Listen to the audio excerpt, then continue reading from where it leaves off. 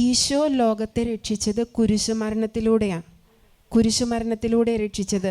അങ്ങനെയാണെങ്കിൽ നമ്മൾ ഇന്ന് പ്രാർത്ഥിച്ചുകൊണ്ടിരിക്കുന്ന നിയോഗങ്ങൾ നടക്കണമെങ്കിൽ, നമ്മുടെ തലമുറ രക്ഷപ്പെടണമെങ്കിൽ, നമ്മുടെ മക്കൾ നല്ലവരാവണമെങ്കിൽ ഈ കുരിശിൻ്റെ വഴി മാത്രമേ ഉള്ളൂ.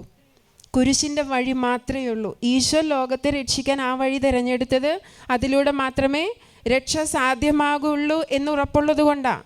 അതിനാൽ ആ വഴി മാത്രമേ ഇന്ന് മനുഷ്യ മക്കൾക്ക് രക്ഷപ്പെടാനായിട്ട് തമ്പുരാൻ മുൻപിൽ വെച്ചിട്ടുള്ളൂ. അതുകൊണ്ട് കുരിശുകളെ ഒഴിവാക്കാതിരിക്കാൻ നമ്മൾ പരിശ്രമിക്കണം. കുരിശെടുക്കാൻ നമ്മുടെ തലമുറേനെ പഠിപ്പിക്കണം. നമ്മുടെ മക്കളെയൊക്കെ പഠിപ്പിക്കണം. ചെറുപ്പത്തിലേ തുടങ്ങി പഠിപ്പിക്കണം. ചെറിയ ചെറിയ ഇഷ്ടങ്ങൾ വേണ്ടാന്ന് വെക്കാൻ, ഇഷ്ടമില്ലാത്ത ചെറിയ കാര്യങ്ങൾ ചെയ്യാൻ, അങ്ങനെ. കാരണം ഞാൻ സ്കൂളിലായതുകൊണ്ട് കുറേ കുട്ടികളുണ്ട്. കുറേ പേര് പച്ചക്കറി കഴിക്കുകയില്ല. അവർക്കത് ഇഷ്ടമില്ല. അമ്മമാരെന്തൊരു ഈസി ആയിട്ട് പറയണേ, അവർക്കത് ഇഷ്ടമില്ല എന്ന്. ചെറുപ്പത്തിൽ ഭക്ഷണം കൊടുക്കേണ്ടത് നമ്മളല്ലേ, കൊടുത്ത് പഠിപ്പിക്കേണ്ടത് നമ്മളല്ലേ. എന്നിട്ട് വലുതായിപ്പോൾ അവർക്കത് ഇഷ്ടമില്ല എന്ന് പറയാൻ യാതൊരു അവകാശമില്ല. തമ്പുരാൻ വിചാരിക്കണ പോലെ മക്കളെ വളർത്താനുള്ള കടമ മാതാപിതാക്കൾക്കുണ്ട്. നിങ്ങൾക്ക് ആ കടമയുണ്ട്. ആ ഉത്തരവാദിത്വം ദൈവം തന്നിരിക്കുന്നത് വിവാഹ ബന്ധത്തിലൂടെ. അതുകൊണ്ട് ഇത് ഞാനൊരു എക്സാമ്പിൾ ചെറുതാ പറഞ്ഞു. ഇതുപോലെ ഒരുപാട് കാര്യങ്ങൾ മക്കൾക്ക് അത് ഇഷ്ടമില്ല എന്ന് അങ്ങനെ പറയാൻ യാതൊരു അവകാശവും ഒരു പാരൻസിനും ഇല്ല.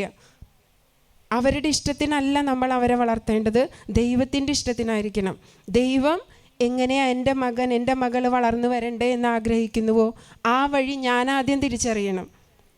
ഓരോ മാതാവും പിതാവും തിരിച്ചറിയണം എൻ്റെ മകനോ മകളും ഏതു വഴിയാണ് പോകേണ്ടത്. ചെറുപ്പത്തിലേ കൊടുക്കണ വിത്താ വലുതാവുമ്പോൾ വളർന്ന് ഫലം ചെയ്യുക. നിങ്ങളുടെ കയ്യിൽ അവരുടെ മനസ്സും ശരീരവും ആത്മാവും എല്ലാം തമ്പുരാൻ ഏൽപ്പിച്ച് തന്നിരിക്കുന്നത്.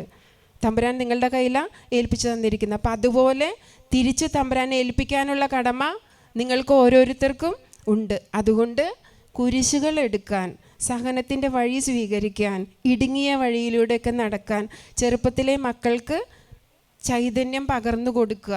അത് പകർന്നു കൊടുത്തില്ലെങ്കിൽ ഇനിയത്തൊരു തലമുറയിൽ സഹനം എന്ന് പറയുന്നത് അവർക്ക് ഒരിക്കലും സ്വീകരിക്കാൻ പറ്റാത്തൊരു മേഖലയായി മാറും. അപ്പം അതുകൊണ്ട് പരിശുദ്ധ അമ്മ ഈശോയെ വളർത്തിയ പോലെ നമ്മുടെയൊക്കെ മക്കളെ വളർത്താനുള്ള വലിയ കൃപയ്ക്ക് വേണ്ടി പരിശുദ്ധ അമ്മയുടെ മാധ്യസ്ഥം ചോദിച്ച് നമുക്ക് പ്രാർത്ഥിക്കാം.